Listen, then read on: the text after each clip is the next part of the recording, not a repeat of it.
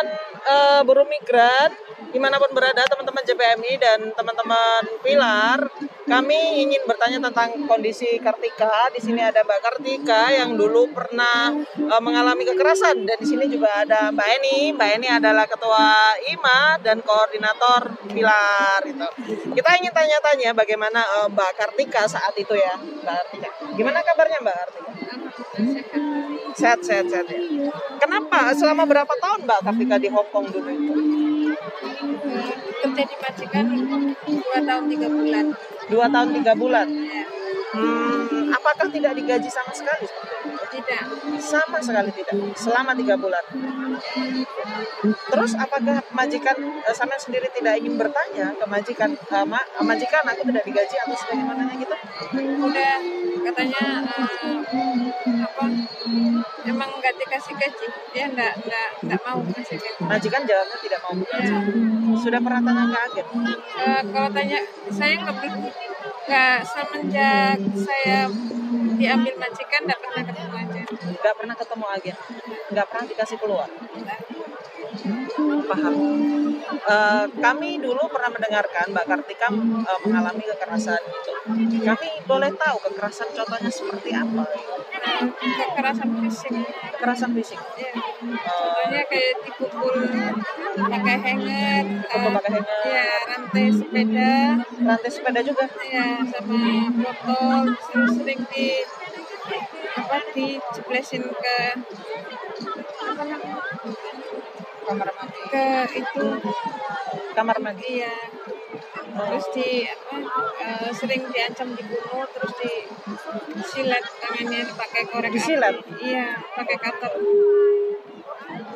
Terus dulu bagaimana keadaanmu? Sampean sendiri bisa keluar padahal sampean sendiri di rumah majikan nggak boleh keluar. Iya, pas apa namanya?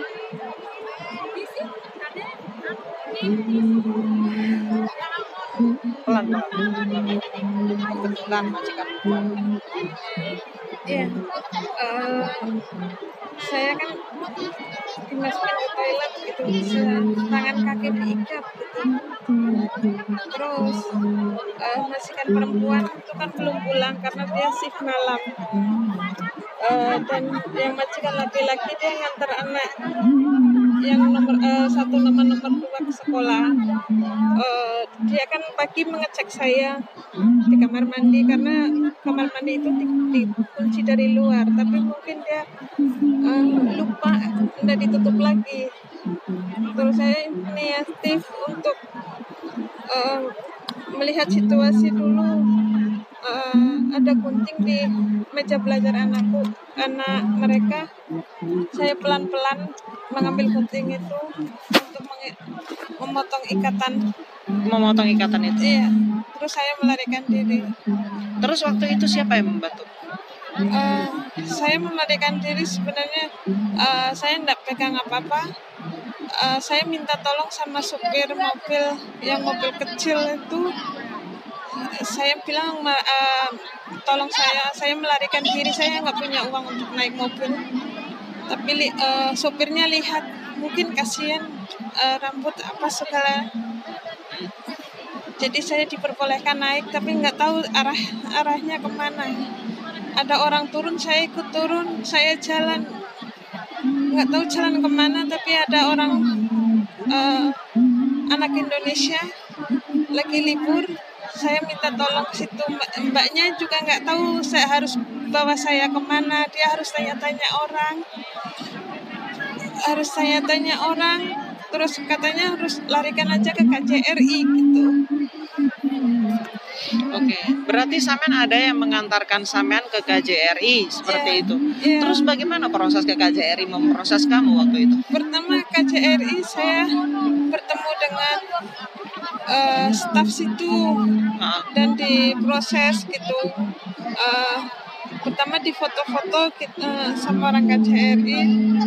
Terus saya dibawa ke kantor polisi untuk melapor karena saya nggak punya identitas di sini, paspor, ID card sama kontrak kerja, baju saya udah dibuang sama majikan. Habis itu saya diterima untuk diproses di kepolisian. kepolisian bawa saya ke dokter untuk divisum, dicek. Terus setelah itu apakah JRI benar-benar membantumu sampai sampean bisa pulang ke Indonesia? Sebenarnya kan saya di KCR itu enggak kayak ke tribunal itu sebenarnya agent saya yang KCRI memanggil agent saya. Menyuruh agentmu untuk membantu kamu, Iya. terus dibawa ke rumah sakit, enggak, ke tribunal untuk menuntut hak-hak saya. Tapi saya juga nggak tahu apa-apa di situ karena nggak dijelaskan. Setelah itu apakah berhasil membantumu atau sampai langsung dipulangkan? Enggak, di situ aku harus nunggu sidang kriminal dulu. Habis sidang kriminal saya dinyatakan menang. Terus saya nunggu lagi sidang tribunalnya tapi kalah. Habis kalah saya tanya lagi nggak ada persidangan, saya mau pulang. Dia dipulangkan aja. Berarti KJRI tidak membantumu selebihnya untuk mengusahakan kamu sendiri selama 3 bulan tidak digaji, hak-hak kamu tidak bisa libur. Terus selama ini KJRI tidak ada mengusahakan untuk mendapatkan hal ini? Tidak ada. Kemudian Mbak Kartika dipulangkan ke Indonesia. Iya. Terus bagaimana dengan kondisi kesehatanmu selama di Indonesia? Saya nggak pernah berobat. Nggak pernah berobat sama sekali. Iya. Terus apa yang terjadi dengan Mbak Kartika sekarang? Merasakan sakit sampai sekarang atau sakit itu sudah hilang? Masih sakit. Masih sakit? Iya, karena keloid yang pernah sama majikan ini dia sering sakit, gatal, nyeri gitu. Kadang nyeri gitu. Iya. Sampai sekarang? Iya. Kemudian Mbak Kartika sendiri bisa kesini lagi itu dengan bantuan dari JBMI? Iya, saya juga berterima kasih kepada Mission dan teman-teman karena Mission dia berusaha untuk mencari rumah saya dan dia menerangkan atas hak-hak saya yang selama 2 tahun 3 bulan tidak digaji dan tidak ada libur, uang libur. Terus saya mau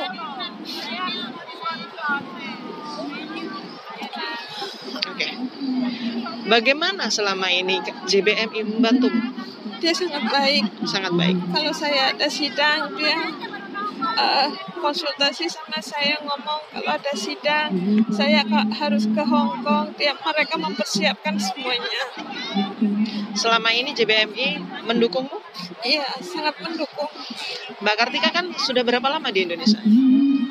Sudah dari 2014. 2014. Iya. Dan sekarang dibantu lagi oleh JBMI dibawa ke Hong Kong. Iya, 2014 saya ke sini sama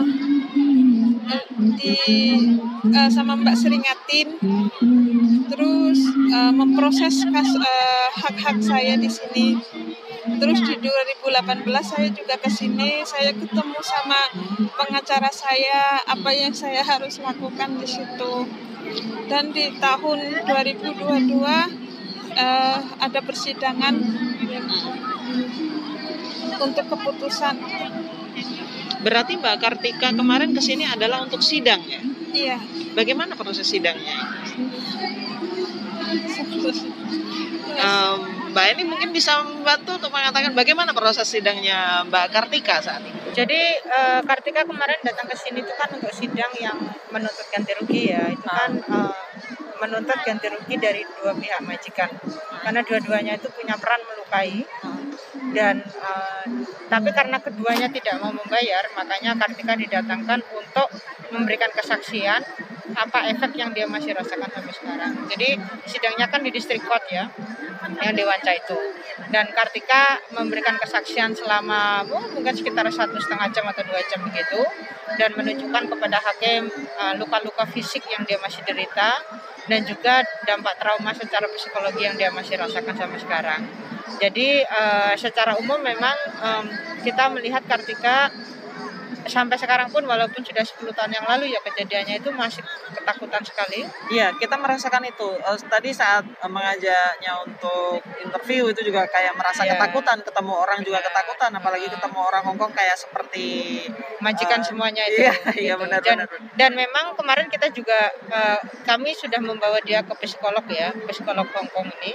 Dan memang psikolog mengatakan dia masih menderita namanya itu kayak sindrom setelah trauma. Jadi misalnya kayak orang yang kecelakaan aja lah, ketabrak. Itu walaupun fisiknya mungkin sembuh, tapi trauma menyeberang jalannya pasti masih ada ya.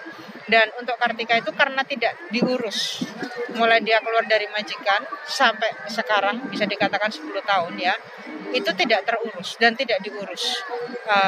Dan kita menyayangkan sekali dia di kantor konsulat 2 tahun tidak pernah dibawa pengobatan secara rutin kepada psikolog maupun dokter kesehatan fisik ya, untuk mengecek apakah lukanya ini keloidnya itu bisa dicegah atau bagaimana lah secara fisik itu dia bisa senormalnya gitu.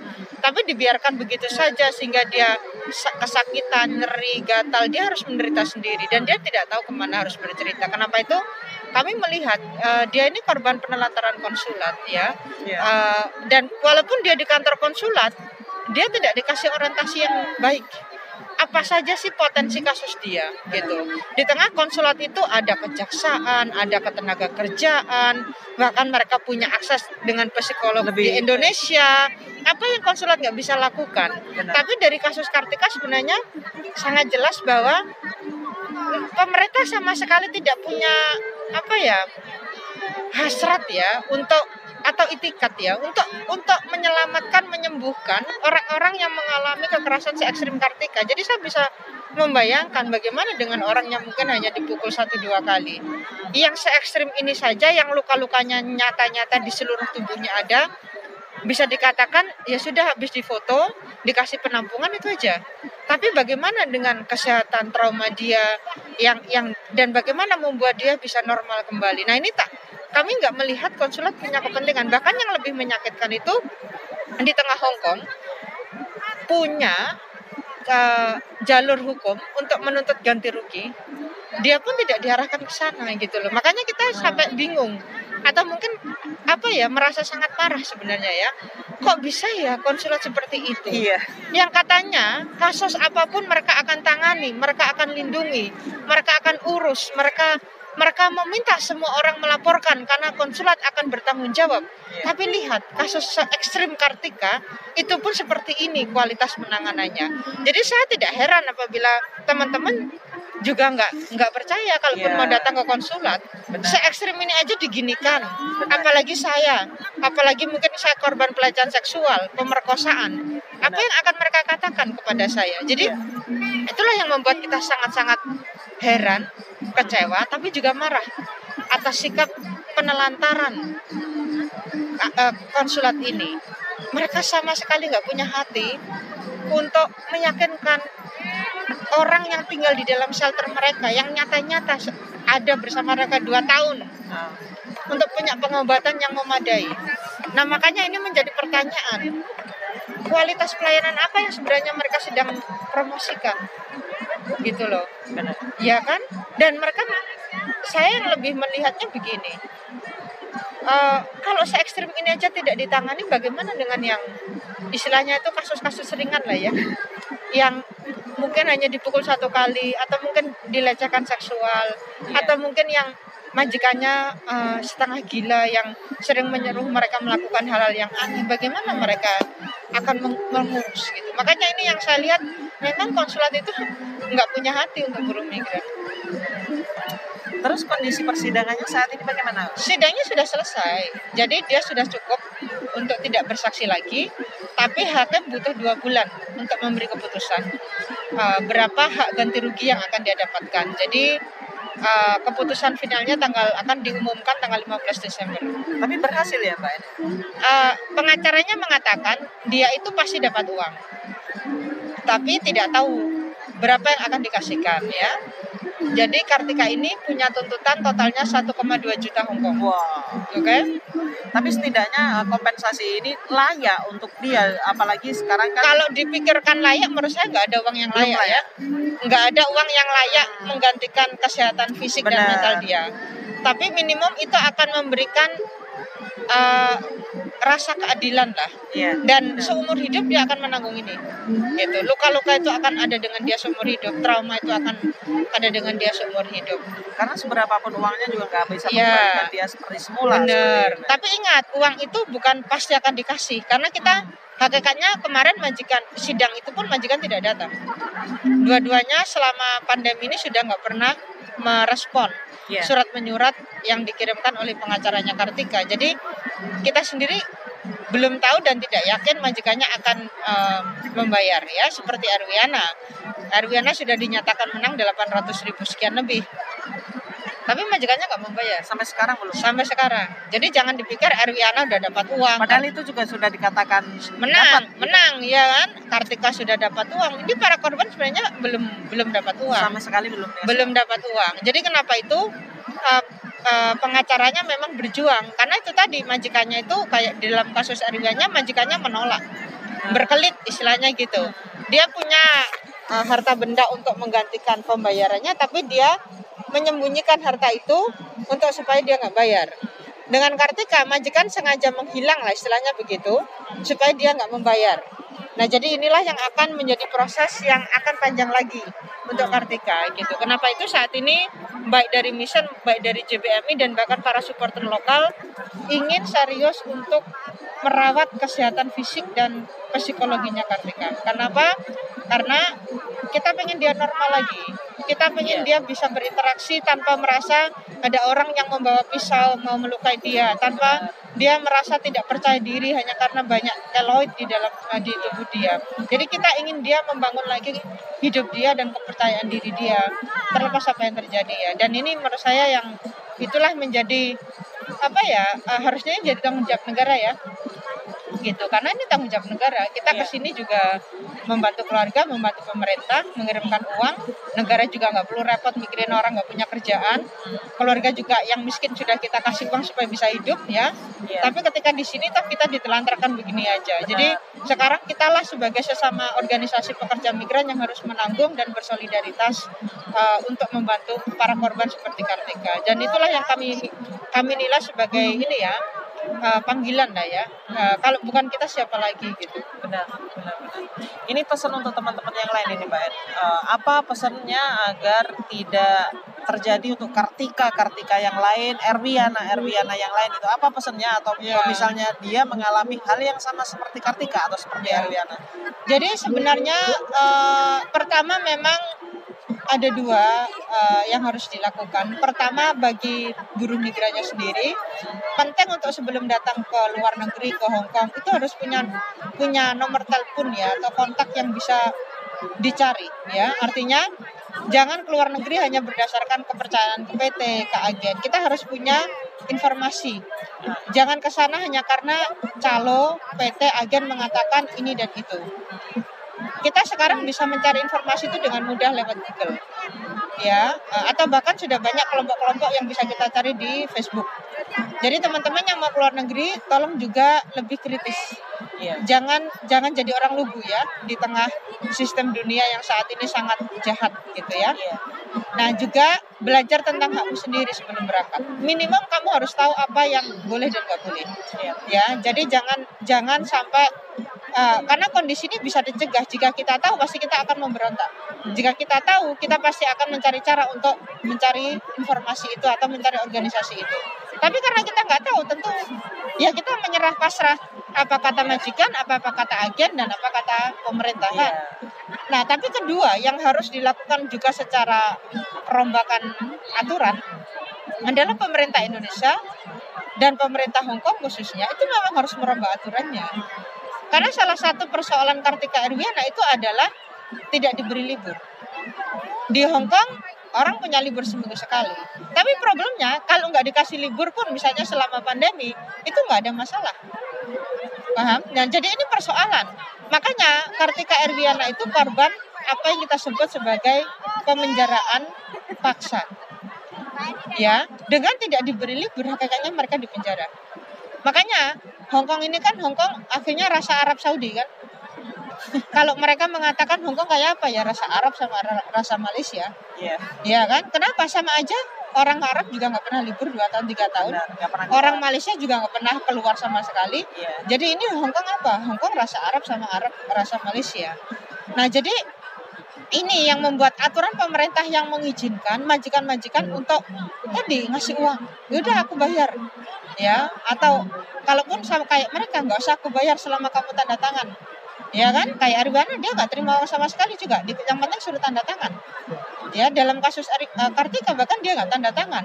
Tapi bagi pemerintah itu bukan pelanggaran selama kamu mau dikasih uang 150 katakan per libur, itu kan tidak baik. Kita bukan tidak mau, kita sendiri kalau ditanya antara libur dengan terima uang libur, mending kita libur. Tapi kan masalahnya majikan mengancam lewat kalau kamu nggak mau, aku akan terminate kamu pulang. Karena ini jadi persoalan lain. Jadi teman-teman itu tidak punya daya tawar untuk menolak, untuk mengatakan tidak, karena secara aturan dia dikungkung oleh aturan. Ya, kalau menolak majikan diterminate dipulangkan. Kalau kamu tidak libur selama majikan bayar, ya sudah apa yang dipermasalahkan. Karena ini dalam hal kasus Kartika dan Erwiana sederhana, nggak ada libur, nggak bisa minta pertolongan. Makanya tadi Hongkong rasa Arab sama rasa Malaysia. Oke, teman-teman, itu tadi adalah keterangan dari Mbak Kartika dan juga Mbak Eni. Semoga tidak ada Erwiana yang kedua dan tidak ada Mbak Kartika yang kedua ya. Dan terima kasih atas kedatangannya Mbak Dika, sukses dan semoga segera sehat ya. Melihat jangan takut lah ini karena mungkin ini adalah hal yang tidak ingin dialami oleh semua buruh migran, tapi ini benar-benar terjadi kepada buruh migran. Dan terima kasih ya Mbak Eni sudah menemani Mbak Kartika di sini, dan terima kasih untuk teman-teman semua. Semoga ini menjadi pengalaman dan jadikan diri sendiri itu untuk melawan ketakutan dengan belajar tentang hukum perburuan atau membentengi diri sendiri untuk mengikuti berorganisasi. Gitu. Terima kasih teman-teman, sampai jumpa di next minggu ya. Dadah.